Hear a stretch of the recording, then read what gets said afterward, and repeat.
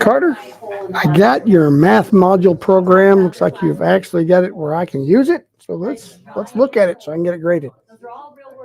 All right, here's the template. Create a word problem involves calculating the volume surface area of a three-dimensional object. You can choose a cube, sphere, cylinder, or cone. Print the description of the word problem. Ask the user to enter whatever you need, radius or side length or height. Use this for pi if you have one that uses pi. Print the results. Write the pseudocode. All right, insert your pseudocode here. Print. This program calculates print. Side equals float input. This is not pseudocode. This is code. Volume equals side, side, side. So you're doing a cube, but this is code. This is code, not pseudocode. I showed this to Grandma. She had no idea what this was doing. Guys, it's supposed to be fake code, which means it's just a plan. It's like I will print that this program, the program calculates volume and surface area of a cube. I'll have the user enter the length, side length of the cube. I'll calculate the volume using this formula. I'll calculate surface area using this formula, and I'll print the results. I'll print the volume. I'll print the surface area. You're actually writing code here, which is not needed. Pseudocode is just your plan in plain English. All right, let's see. Use Python idle. Make sure you got a heading with your name date. Indentation, like inside your main function, you got to indent things. Use white space to make it readable.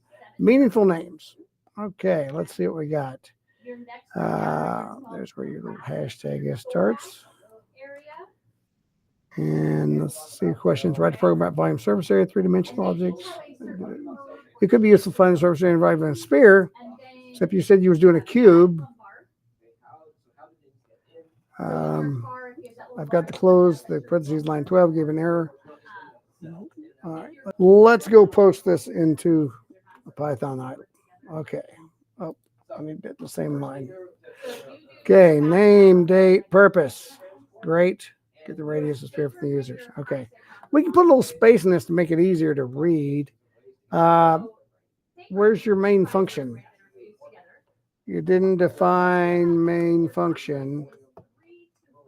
And then everything's indented after the main function, but you don't have a main function. You're missing that. Let's see. Okay, so let's see how you did this. You're putting comments on each section of the program, apparently. So let me put a little space, make it easy to read. You can put space in there. Python doesn't care, and it makes it easier for programmers to look at it. So you say get the radius of the sphere from the user. Radius equals float input into the radius of the sphere. Calculate the surface area of the sphere. Surface area equals 4 times 3.14 times. What is this?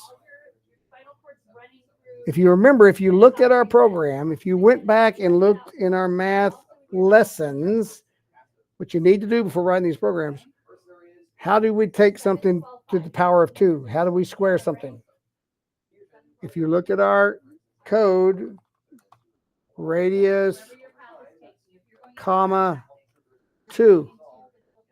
That uses that built-in math function called power, and it takes radius to the power of 2. This is how AI writes it, or some people on other versions of Python do. We're supposed to use Python idle, which means we're supposed to go through our guided activities that teach us how to write code. Again, this is comma. Oh, and you got to put power in front of it. Power radius to the third power times 4.123.4. And print the results. All right, let me run your program.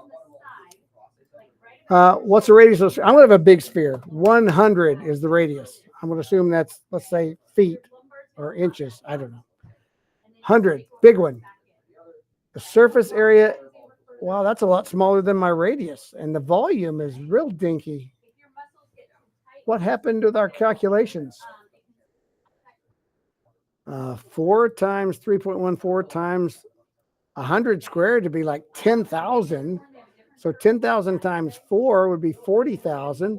And if I take that times 3.14, that's at least 120,000. How do we end up with 12? It looks like this calculates correctly. now that I've changed the power function on there. It should be like 120,000. And the radius, same thing. It'll be a big number. Oh. Well, it doesn't matter what I enter. You printed the surface area is 12.56. It doesn't matter what I enter. It's always going to be 12.56 because that's what you printed. You didn't print the results. You did not print what these calculations equaled. You did not print surface area. You did not print volume. You just printed this sentence. And this sentence doesn't matter how many times I run this program, how many different numbers I put in here.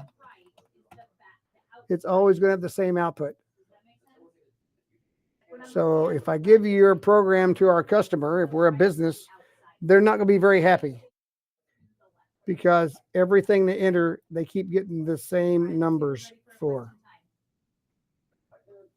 Careless little mistakes like that kind of ruin your program because now your program is kind of worthless. You don't want to put a number there because you don't know what radius they're entering. Plus surface area. And that's a number, so we got to tell it, print it like a string. Now let's see what it does. Just fixing this area. Print the surface area of the sphere is print what I calculated surface area to be. Don't print a number because I don't know what radius. So I'm going to put in that 100 radius again. Oh, look, it's 125,600. Yeah, that makes a lot more sense. That's what it should be with a radius of 100. And then your volume needs to be fixed. So this is a lot better. I've got something to grade, but you should test your program. Enter different values to see what it comes up with. If you'd enter different values, then you might go, why am I getting the same answer every time? See, testing is a big part of your program. Make sure it works. Try to break your program. Put in a number that shouldn't work. See what happens.